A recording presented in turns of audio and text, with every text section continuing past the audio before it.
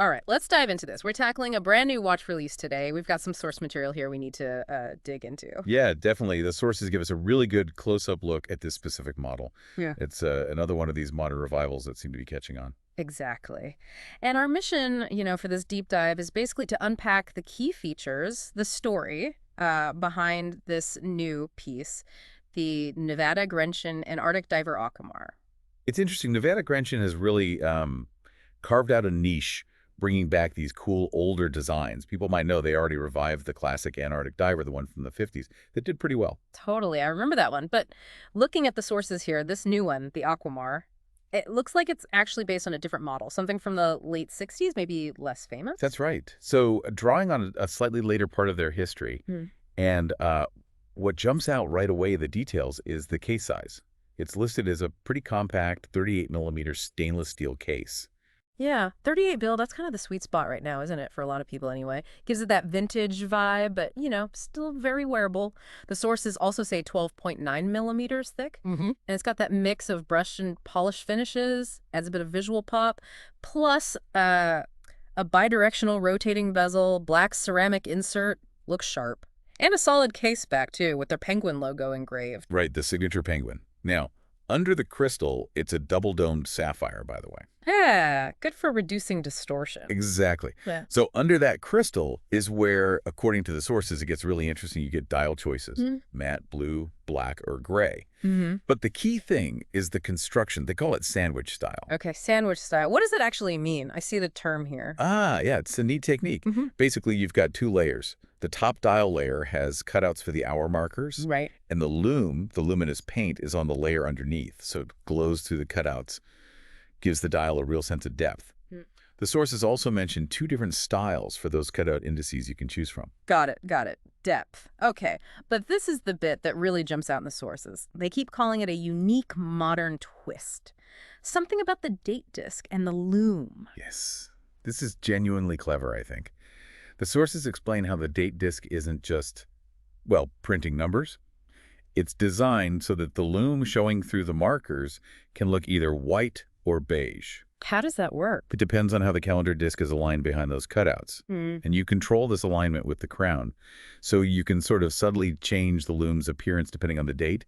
It's a cool visual detail tied right into the watch's function. Huh. That's really different. Not something you see every day, using the date wheel like that. Makes it interactive.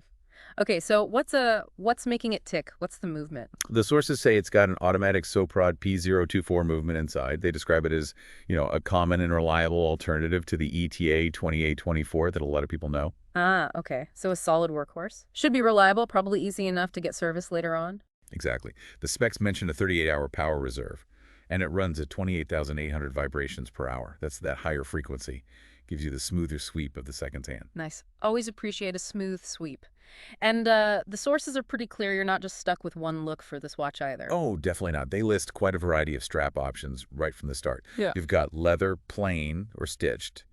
Then there's racing-style leather, tropic rubber for that proper dive look. Yeah, Tropics glass. Or steel bracelets. And even there you have choices. Beads of rice or a flat link style. So, yeah, lots of versatility to dress it or down. Wow, even choices within the bracelet type. That Beads of Rice has such a cool vintage feel. Okay, let's get to the practical stuff. What are the sources saying about price and when you can actually get one? Okay, price point is stated as 815 euros. And they give a specific date, available from June 19th, 2025. You can get it from their website, NivadaGrenchonOfficial.com, and also through some select retailers that are mentioned. June 19th, 815 euros. Okay.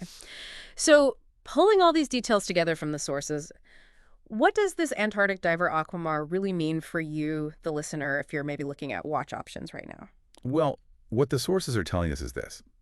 You're looking at a modern watch, yes, but one that's specifically reviving a perhaps less common piece of its own history from the 60s. It comes in that really popular wearable 38 millimeter size. It's got a reliable automatic movement inside, huge versatility with all those strap and bracelet options. Right. And maybe the standout feature, that genuinely clever and distinctive detail with the lume and the date interaction, it's different.